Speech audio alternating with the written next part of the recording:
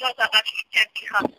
בסדר, אנחנו מארגנים טיול לאזור צפת הגלילית, והיינו רוצים לדעת אם תבוא איתנו. זה בערך 10 אנשים, זה למשפחה שלי בחוג המשפחה, ואנחנו רוצים לדעת אם תוכלי לבוא איתנו.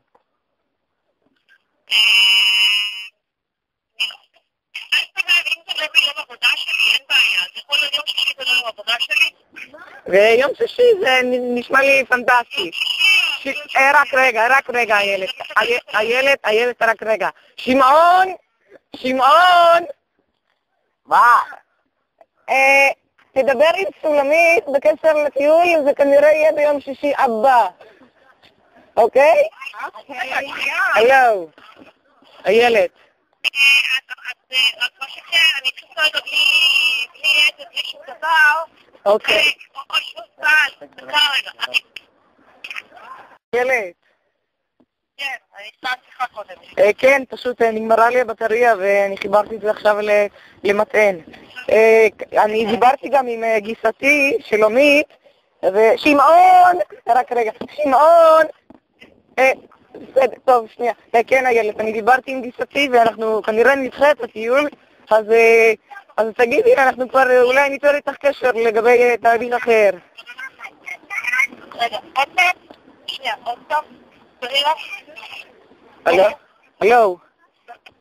כן, אפשר לחזור? אני דיברתי עם גיסתי ואנחנו כנראה נדחה את הטיול לתאריך אחר. ואנחנו ניתן איתך... את רוצה להגיד לי לאן אתם רוצים, מה אתם רוצים? לא משנה התאריך, רק באופן כללי.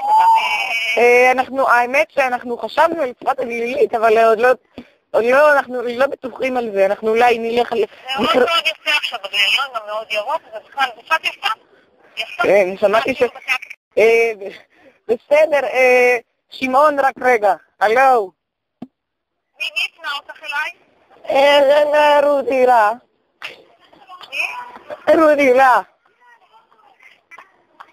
הלו? כן, מי הפנה אותך אליי?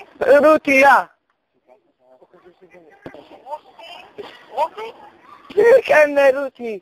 אבל איילת, אנחנו ניצור איתך קשר עם... יכול להיות שגם לא בטוח שנעשה את הטיול, אבל אנחנו ניצור איתך קשר. אז